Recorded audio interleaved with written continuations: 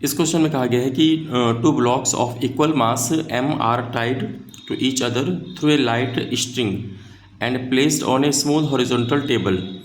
One of the blocks is pulled along the line joining them with a constant force F. तो आपसे पूछा गया कि find the tension in the string joining the blocks. Okay, तो देखिए यहाँ पे एक्चुअल में क्या करना है कि यहाँ पे आपको दो ब्लॉक लेने हैं. मान लेते हैं ये हमारा कोई फर्स्ट ब्लॉक है और ये हमारे देखिए कोई सेकंड ब्लॉक है, ठीक है. और दोनों के मासेस क्या बोल रहा है आपको, स्मॉल m और स्मॉल m. कह रहा है कि इनको क्या किया, tied to a other light string, इनको आपस में टाइट किया गया है किसी लाइट स्ट्रिंग से. तो मान लेते हैं कि इन दोनों को हमने इस तरीके से किसी लाइट स्ट्रिंग से आपस में बांधा हुआ है. तो क्योंकि लाइट है तो दैट मीन्स में एक तो हमारा यहाँ पर जो भी टेंशन आएगा पूरे में थ्रू आउट सेम होगा. ओके, और इसके बाद कह रहा है कि इसको क्या हुआ है कि किसी स्मूथ हॉरिजॉन्टल टेबल में इन पूरे सिस्टम को प्लेस किया गया. तो मान लेते हैं इसी के नीचे हम यहाँ पे एक टेबल बना लेते हैं, ठीक है. अब देखिए यहाँ पे इंपॉर्टेंट चीज़ क्या है कि यहाँ पे स्मूथ है, यानी कि इसमें कोई भी फ्रिक्शन नहीं है.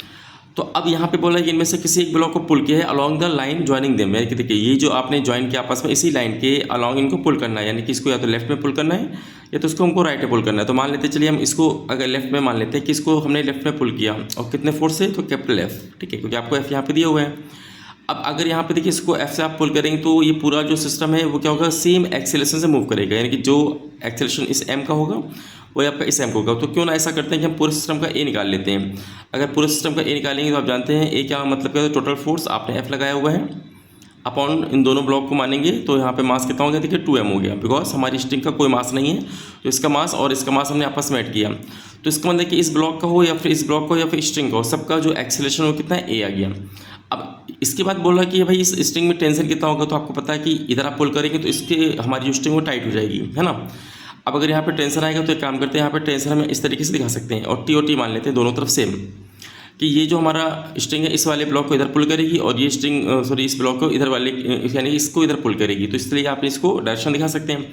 अब अगर आपको टेंशन निकालना है तो इसके लिए आप या तो फर्स्ट वाले का वीडियो बना लेंगे तो भी आपका यहाँ पे सॉल्व हो जाएगा, या तो हम सेकंड वाले का वीडियो बनाएंगे तो भी सॉल्व हो जाएगा. मान लेते हैं मैंने इसका सेकंड वाले का वीडियो बनाया. ओके, तो आप देखेंगे इसका जो मास है वो m है. देखिए हाँ, अब ये अलग मैटर है कि इसका वेट नीचे लगेगा, नॉर्मल ऊपर लगेगा, बट उसको हम अभी कंसीडर इसलिए नहीं कर रहे हैं क्योंकि हमारा फोर्स हम वही लेंगे जो कि मोशन के लिए रिस्पॉन्सिबल है. तो मोशन हमारा कैसा हो रहा है, देखिए हॉरिजॉन्टल, तो ओनली हम हॉरिजॉन्टल फोर्स पे ही फोकस करेंगे. तो यहाँ पे अगर हम देखेंगे टेंसर फोर्स आपका लग रहा है लेफ्ट में, और इसी वजह से क्या हो रहा है कि ये मोशन में आ गया, ठीक है.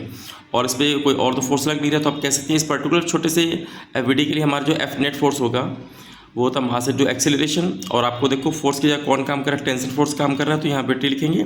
और ब्लॉक का देखिए मास क्या है, M है, और जो इसका एक्सेलरेशन है वो तो देखिए सबका कॉमन आया है, तो यहाँ पे लिखेंगे F/2m.